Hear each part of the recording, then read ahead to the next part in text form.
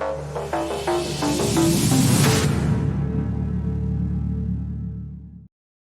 कहानी है संजू की, जो कि मुंबई के रहने वाले हैं। मेरा नाम संजू है और ये घटना मेरे साथ कॉलेज के दिनों में हुई थी, जब मैं कॉलेज की छुट्टियों में कुछ दिनों के लिए पुणे गया था। पुणे एक ऐसी जगह है जो मेरे दिल के काफ़ी करीब है और अब मेरा घर भी यहीं पर है। उन दिनों कॉलेज की छुट्टियां चल रही थी और मैंने सोचा कि अपने दोस्त सुशील से मिलता हूँ, जो कि मुंबई में रहता था। सुशील उन दिनों में ही पुणे में शिफ्ट हुआ था ताकि वो वहाँ के कॉलेज से अपनी इंजीनियरिंग की पढ़ाई कर सके। पुणे में एक जगह है जिसका नाम है निगड़ी, और सुशील इसी जगह अपने कुछ कॉलेज के दोस्तों के साथ एक किराए के बंगलों में रहता था। यह जगह काफ़ी अच्छी जगह थी, लेकिन ये शहर से काफ़ी दूर एक सुनसान से इलाके में थी। लेकिन सुशील और उसके दोस्तों को वहाँ की शांति और प्राइवेसी बहुत अच्छी लगती थी और उन्हें वही चाहिए था। सुशील मुझे काफ़ी लंबे वक्त से उसके घर आने के लिए इनवाइट कर रहा था। क्योंकि उन दिनों कॉलेज की छुट्टियां चल रही थी, इसलिए उसके सारे दोस्त जिनके साथ वो रेंट पे रहता था वो अपने अपने शहर चले गए थे और वो वापस 1 महीने बाद ही आने वाले थे, और सिर्फ सुशील ही था जो वहाँ पे रह गया था। तो हमने प्लान किया था कि हम कुछ दिन तो सुशील के घर पर बिताएंगे और फिर वहाँ से साथ में मुंबई लौट आएंगे। और हमारा एक और दोस्त विक्रांत, जो कि उन दिनों बैंगलोर में पढ़ाई कर रहा था, सुशील ने उसको भी इनवाइट कर लिया था। तो जैसा कि प्लान हुआ था, मैं दोपहर को सुशील के घर पहुंच गया। पुणे के स्टेशन से जितना वक्त मुझे सुशील के घर पहुंचने में लगा, वो करीब उतना ही वक्त था जितना कि मुझे मुंबई से पुणे ट्रेन में जाने में लगा था। वैसे तो सुशील ने काफ़ी अच्छे से मुझे रास्ता बताया था, लेकिन फिर भी मैंने गलती से एक लेफ़्ट टर्न मिस कर दिया था, जिसकी वजह से मुझे उसके घर पहुंचने में काफ़ी देर हो गई थी। घर पहुंचने में देर होने की एक वजह ये भी थी कि उस एरिया में दूर दूर तक कोई एक भी इंसान मुझे दिखाई नहीं दे रहा था जिससे कि मैं रास्ता पूछ सकूं। जब मैंने सुशील के घर पहुंचकर उसे इसके बारे में बताया तो वो मेरी कहानी सुनकर हंस पड़ा। फिर मैं जल्दी सेटल डाउन हो गया और फिर सुशील मुझे अपना घर दिखाने लगा। वो काफ़ी अच्छा घर था, जिसमें बहुत ही बड़ा सा डाइनिंग एरिया था और ग्राउंड फ्लोर पर 3 बेडरूम्स थे। फर्स्ट फ्लोर पर एक अच्छी सी टेरेस भी थी, जिस पे काफ़ी अच्छी हवा चल रही थी। बल्कि हमने प्लान भी किया था कि हम रात को ऊपर टेरेस पे ही सोएंगे, क्योंकि हमने सोचा था कि खुले आसमान के नीचे सोने में काफ़ी मज़े आएंगे। मैंने एक और चीज़ जो नोटिस की थी वो ये थी कि उस बंगलो से करीब 1 किलोमीटर दूर तक कोई भी दूसरा घर नहीं था। फिर सुशील ने बताया कि विक्रांत की ट्रेन रात को 1 बजे आने वाली थी। क्योंकि मैं अपने सफ़र से काफ़ी थक चुका था, इसलिए सुशील ने मुझे कहा कि तुम यहाँ पे आराम करना और तब तक मैं विक्रांत को स्टेशन से लेकर आ जाऊँगा। फिर रात के 10 बजे हमने अपना डिनर ख़त्म कर लिया था। सुशील ने प्लान किया था कि वो करीब 11:15 बजे घर से निकलेगा ताकि वो टाइम पर विक्रांत को रिसीव कर सके। डिनर करने के बाद मैं वही पास ही लिविंग रूम के एक सोफे पर बैठकर कंफर्टेबल हो गया और फिर थोड़ी देर में मुझे नींद आने लगी और न जाने मैं कब सो गया। और फिर थोड़ी देर में सुशील विक्रांत को लेने चल पड़ा। मुझे सोए हुए अभी 1 घंटा ही हुआ होगा कि तभी अचानक रात के 12:15 बजे अचानक मेरी नींद खुल गई। पूरे घर में घना अंधेरा हो रखा था।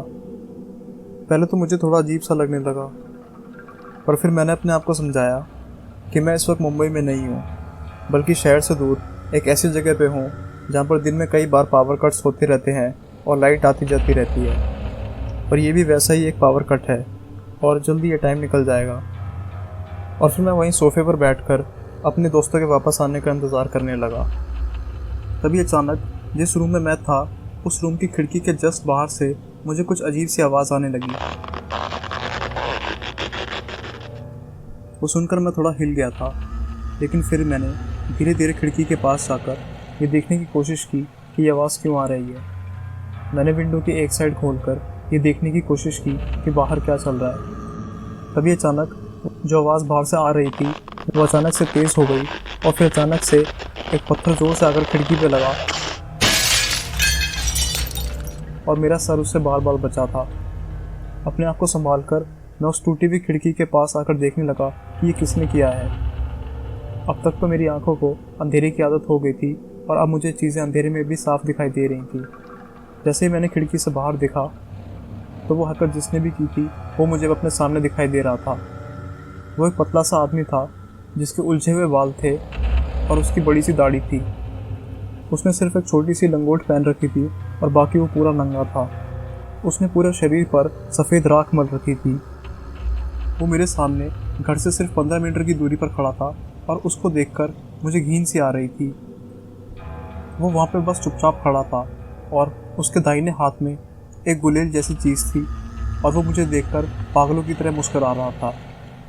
उसके हाथ में जो गुलेल थी उसी की वजह से वो आवाज़ शायद मुझे आ रही थी।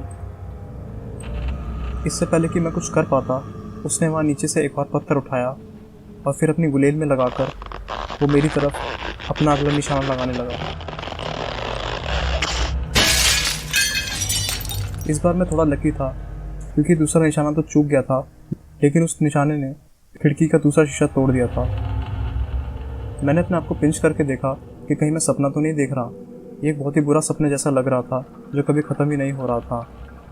क्योंकि मैं बहुत बुरी तरह डरा हुआ था, इसलिए मैं रेंगते हुए रूम के सबसे कोने वाले कॉर्नर पर जाकर बैठ गया और आशा करने लगा कि मेरे दोस्त जल्दी आ जाएंगे और मुझे इस प्रॉब्लम से बचा लेंगे।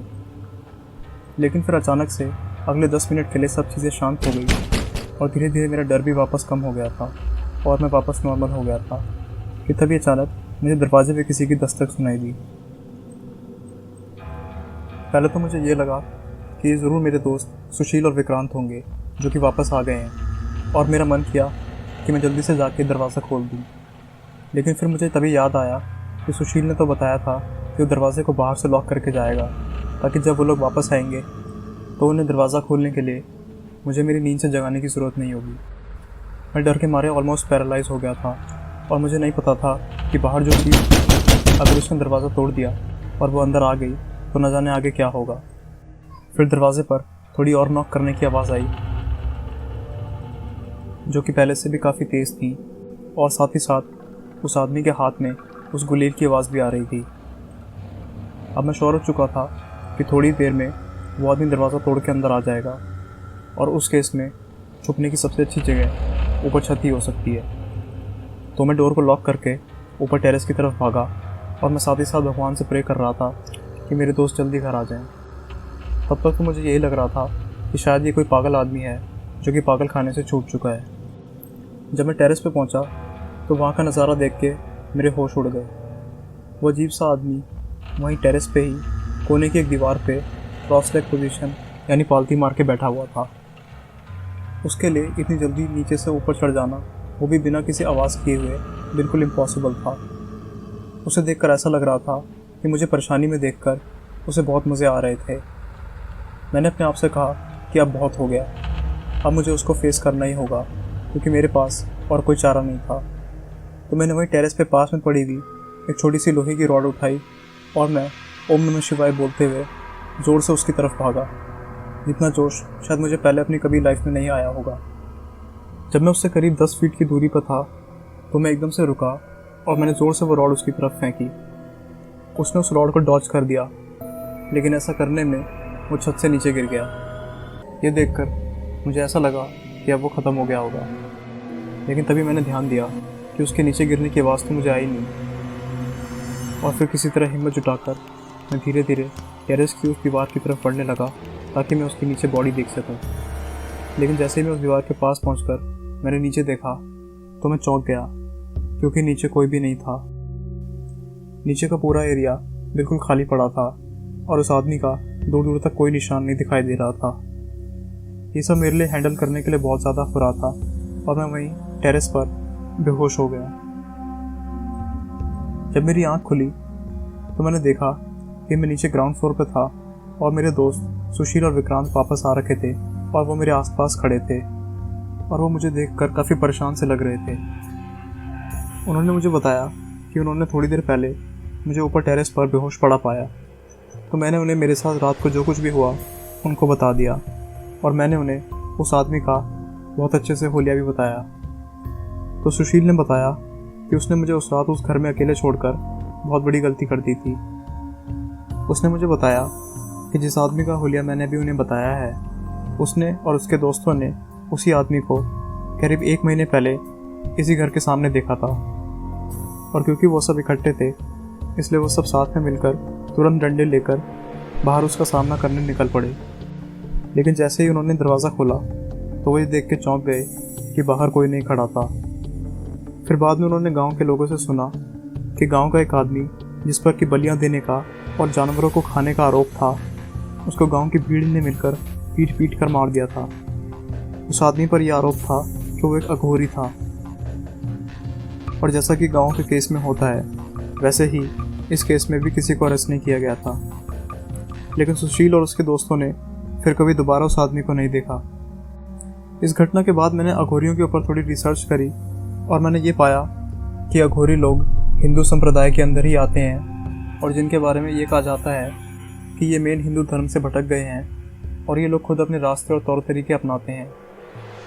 इसीलिए अधिकांश हिंदू संप्रदाय के लोग अघोरी को गैर हिंदू के रूप में मानते हैं और उनकी निंदा करते हैं, क्योंकि उनके द्वारा पालन की जाने वाली चरम प्रथाओं में नरभक्षण, शमशान के अंदर रहना, जानवरों को खाना, लाशों को खाना, अल्कोहल और दूसरे इंटॉक्सिकेंट्स को कंज्यूम करना, नेक्रोफिलिया और अजीब सी सेक्सुअल प्रैक्टिसेस भी फॉलो करना, ये सब चीज़ें शामिल हैं। अघोरी लोग मानते हैं कि ये सब चीज़ें करके वो भगवान के करीब जाते हैं और उनको और भी ज़्यादा ताकत मिलती है। अघोरी लोग गंदे से हालातों में रहते हैं और नंगे होकर अपने पूरे शरीर पर राख मले हुए होते हैं। ये तो पक्का है कि वो दिखने में अच्छे नहीं लगते, बल्कि गंदे और डरावने से लगते हैं। अघोरियों की ज़िंदगी बहुत ही मिस्टीरियस सी होती है और वो पब्लिक से दूर ज़्यादातर एकांत में शमशान घाट में रहते हैं।